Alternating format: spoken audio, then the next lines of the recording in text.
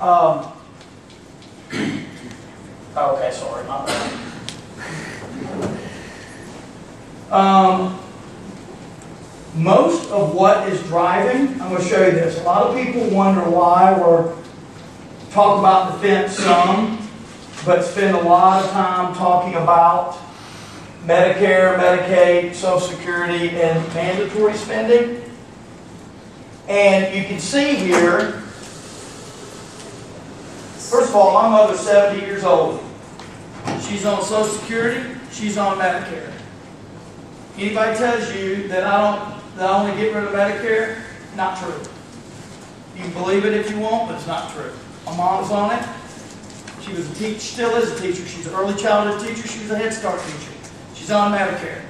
If you love Medicare, you better reform it, because it's going away. Joe Lieberman, Democrat VP candidate, now independent, said, quote, "You cannot save Medicare as we know it. You can only save it if you change it." Barack Obama said, and I don't have my op-eds and I wrote his quote there, but I'm going to just paraphrase it. Barack Obama said, "You can raise taxes and it won't cure what's wrong with Medicare." We've got to have substantial reforms. Bill Clinton appointed a Medicare commission in 1998. You know what we did with those recommendations? Nothing. Nothing.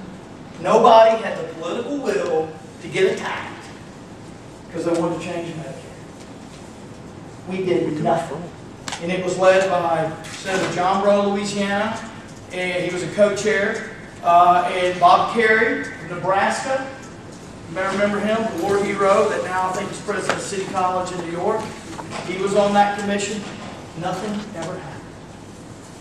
So we can debate what to do with Medicare, but we got to do something. Anyway.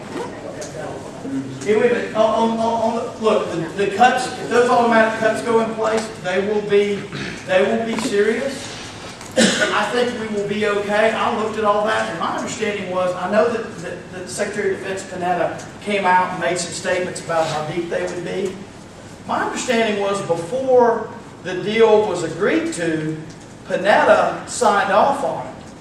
So that surprised me a little bit, because we were told on the Hill, the Secretary of Defense had said, President's debt agreement, you know, I'm good with it. That's what I was told. And then now he's on the Hill today saying he's got concerns.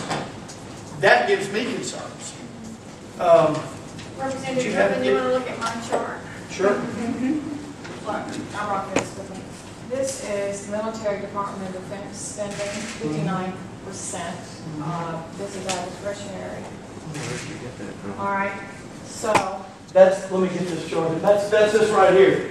This is non-defense. This is discretionary. This is basically what she's showing. see those two things, non-defense and This is non-defense discretionary. Right, This is the defense discretionary. military spending right now is about at 60% of that discretionary spending. The first one down here is Health and Human Services, 6%. Transportation, we're talking about infrastructure, 6%.